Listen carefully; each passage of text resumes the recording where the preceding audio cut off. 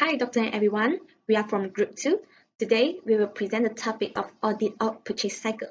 This is our group members, and my name is Wing Kame, global matrix 278817. I will present the introduction.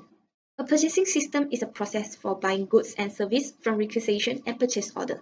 It's a key component of inventory management that help the company monitor the minimum inventory level for requisite the goods and service from the supplier.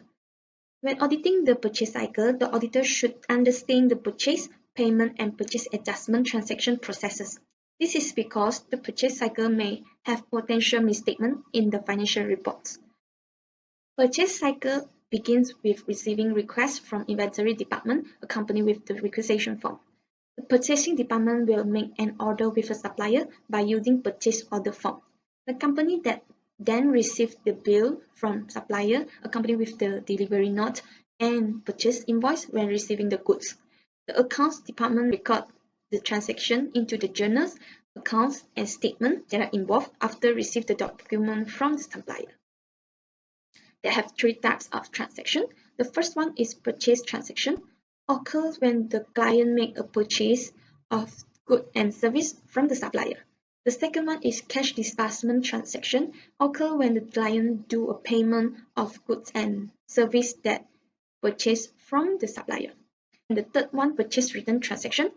This transaction occur when the goods and service received is not same with the purchase order or it is broken. Accounts for transaction. The accounts for purchase transaction, we have accounts payable, inventory, cost of goods sold, and various expense accounts. The accounts for cash disbursement transaction, we have cash, accounts payable, and cash discount. The accounts for purchase return transaction, we have purchase return, purchase allowance, and accounts payable.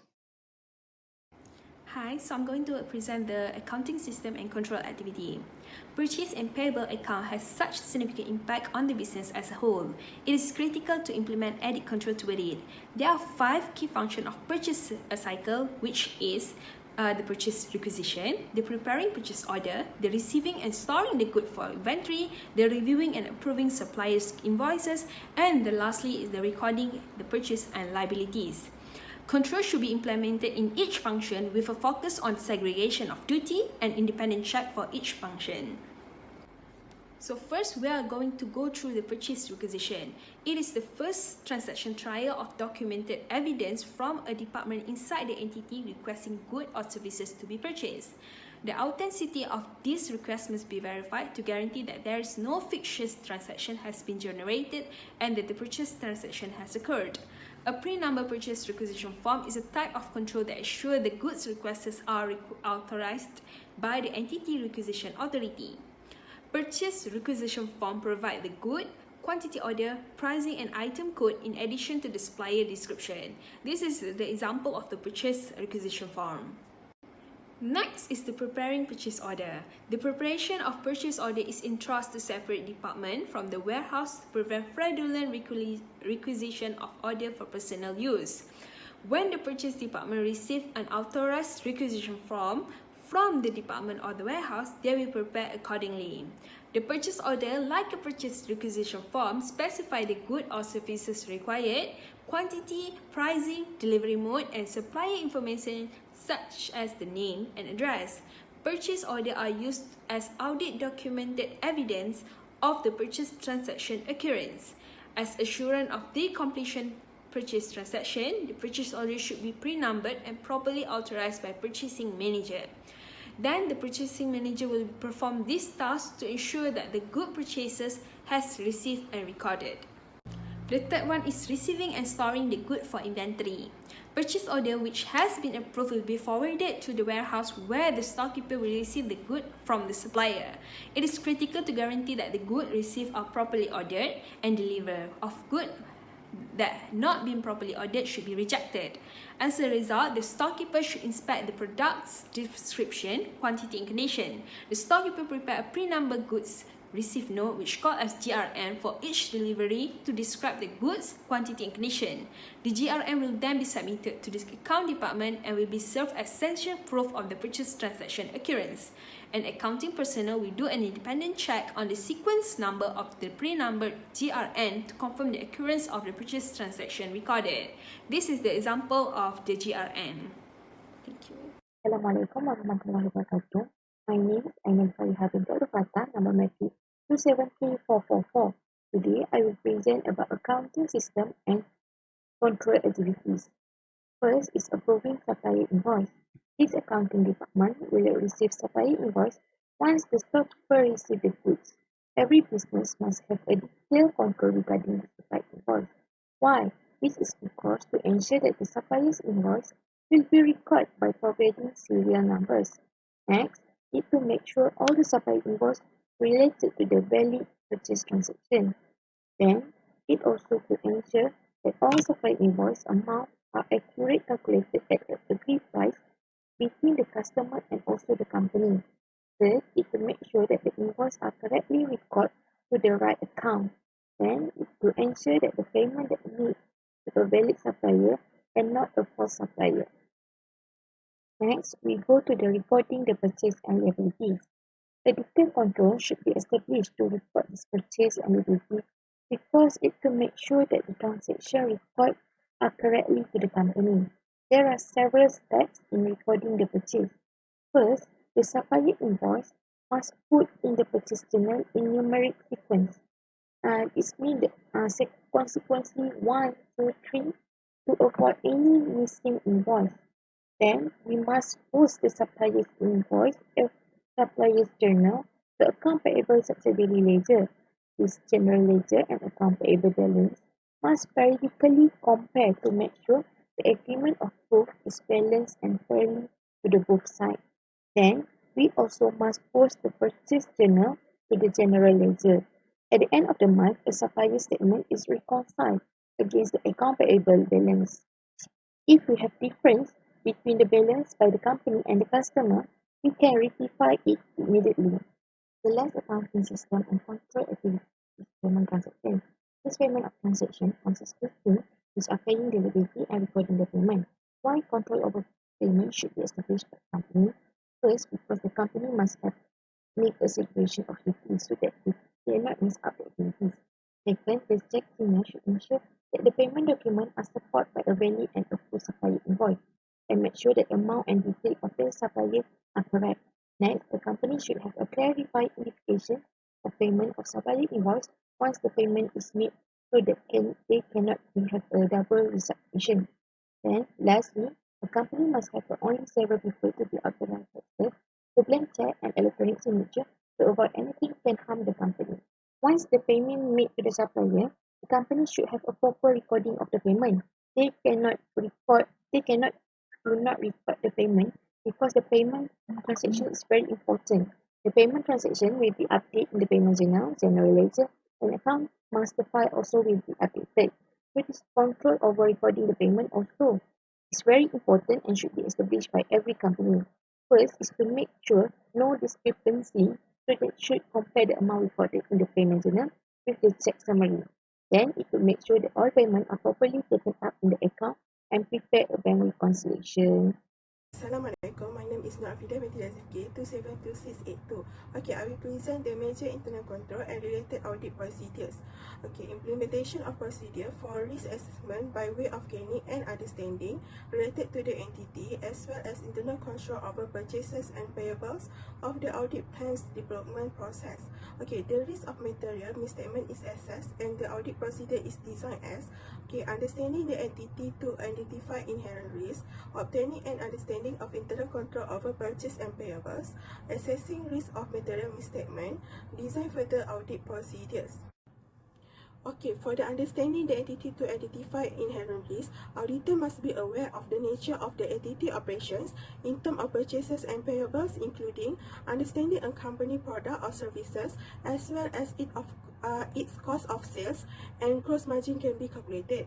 By knowing the customer company and the average industry payment time, the type of its spending, amount of purchases, and creditor may be estimated. Okay, management motive to misstatement cost reporting can lead to a range of issues including customer may cut back on their spending if they are under pressure to meet profit targets. Customers may reduce their debt due to the needs of disclose greater level of working capitals. Okay, a high volume of taxation will have an impact of all sections. Secondly is obtaining an understanding of internal control over purchases and payables. Okay, internal control that are suitable and effective can help to mitigate inherent risks associated with purchases and payables. Okay, auditors should provide a written explanation or a flowchart to comprehend the control over purchases and payables. Okay, internal control questionnaires for purchases and payables may also be completed by auditor to obtain understanding of internal controls. Okay, the auditor can make suitable and effective decision if they may determine if the internal control over the purchase and payables implemented. Okay, for the example, the auditor can observe the exceptions of function separation between invoice verifications and approval and cash disbursements. Auditor may observe make inquiries to gain further details from management and check documents such as purchase order to see whether the sequence of pre-number paper is properly documented. Okay, to avoid any unreconciled balance, monthly reconciliations between comprehensive records of account payable and the general ledger control account is undertaken. Thirdly is assessing risk of material misstatement. Okay, the auditor examines the risk of material misstatement based on information related from an understanding of the entity, inherent risks and internal controls, inherent and control risks. Okay, for example, the auditor can look at whether the purchase at risk of being understated due to pressure to report high profits. Okay, the auditor should evaluate whether by-cut of procedures are effective in ensuring the purchase and payables are reported in the correct time frames. Okay, the auditor should create suitable audit procedures after determining the risk of substantial misstatement. Last but not least is designing further audit procedures. Okay, further audit procedures has two, which is test of controls and substantive procedures. Okay, the auditor should evaluate the number of additional tests that should be performed. For example, if the auditor believes the internal control are in place of maintaining purchases and payables records but has not obtained sufficient evidence to determine whether the internal control system are functioning effectively to mitigate the risk of material misstatement in the purchase and payable records, the auditor should include tests of control. Okay, if auditors feel control risks are substantive, a higher substantive process should be done, gather the necessary audit evidence. Hi everyone, my name is Nurul Nabila, metric number 272970. I will continue with the test of control. Test of control describe any auditing procedure or technique used to evaluate company's internal control. Aim of this test is to determine whether these internal control are sufficient or not and to detect or prevent the risk of material misstatement. And in the test of the control, we have two tests, which is test for design and test for operating effectiveness. So we go to the test for design first. What should we act as the auditor is by determining the presence of key control over purchase and payment to assess the design effectiveness of control. In order to determine the necessary control and probable misstatement, our auditor must develop an understanding of the function within the purchase cycle. We can see more detail in the table below. In the next slide, that summarizes the function, necessary control, and probable misstatement. Once the presence of the appropriate control has been done, auditor should perform a preliminary assessment of the control risk. So, for example, control being designed when documenting the purchase and liability to ensure that all the transactions are documented and there is no overstatement of the liabilities occurs. And then in the testing operating effectiveness, you will sometimes hear in terms of the TOE, test of effectiveness. Remember, we can plan and we can have a best design, but if people are not performing the control as it was designed, or if the person doing the control doesn't have the authority, then it's not operating effectively. So what should we as the auditor do is determine whether the control is operating as intended or not, and whether the person performing the control possesses the necessary authority and competence to perform the control effectively. The procedure to test operating effectiveness include observation, performance, and document inspection, verify the operational efficiency of control over the purchase and payable. The purpose of doing this is to obtain the evidence to prove each statement, such as presence, occurrence, completeness, correctness, cut-off, and categorization of the purchase and payable transaction. On this slide, we can see that how the auditor's understanding about the each function within purchase cycle in order to determine the probable misstatement and the control procedure to control the misstatement happen. Okay, so we go to one by one. For the first transaction, which is requisition of the goods and services, the misstatement that happened is requests are made for unauthorized purpose. So we need to check it before approve all the goods and services requests. Okay. Next, preparing the purchase order. It also same with the requisition of the goods and services. The misstatement that might happen is purchase are made for the unauthorized purpose. So the auditor need to approve first for the each purchase requisition. Okay, and third, receiving and storing good. Okay, the quantity and good received are not in the agreement with the purchase order. This might happen because of the storekeeper doesn't check the description of the order. So that's why the quantity and good received are not same with the purchase order. Okay, so what to do is all the good issue are need to check first against approval purchase order in terms of the quantity and type of the good by the independent personnel. And then approving of supplier's invoice. Invoice include unordered good. Okay, this might happen because the storekeeper doesn't reject the unordered good. That's why invoice are included in the unordered good. So what we need to do is the GRN need to be matched with the appropriate purchase and order for each invoice. For the recording the supplier's invoice, the probable misstatement that might occur is supplier's invoice are not recorded. So the auditor need to enclose with the matching GRN and approve purchase order with the purchase invoice. Okay, for the payment of the cash purchase and payable, the probable misstatement that happen is double payment for a supplier's invoice, and the auditor need to review all the supporting document before sign the check. And the last one is recording the payment. The misstatement that always happen is payment are not incorrect and also not recorded, and sometimes payment are not posted in the wrong supplier's account. So what we need to do is check the amount journalized and upload with the check summary independently. Hello everyone, my name is Liu Guqing. The matric number is 256864. Today I will present the substantive test. Objective for the auditors. Substantive test. To substantive the existence of payable. To establish the compliance of payable. To determine whether the client has an obligation to the payable. To verify that the client establish a proper value of payable. To ensure that the presentation and disclosure of payables are appropriate.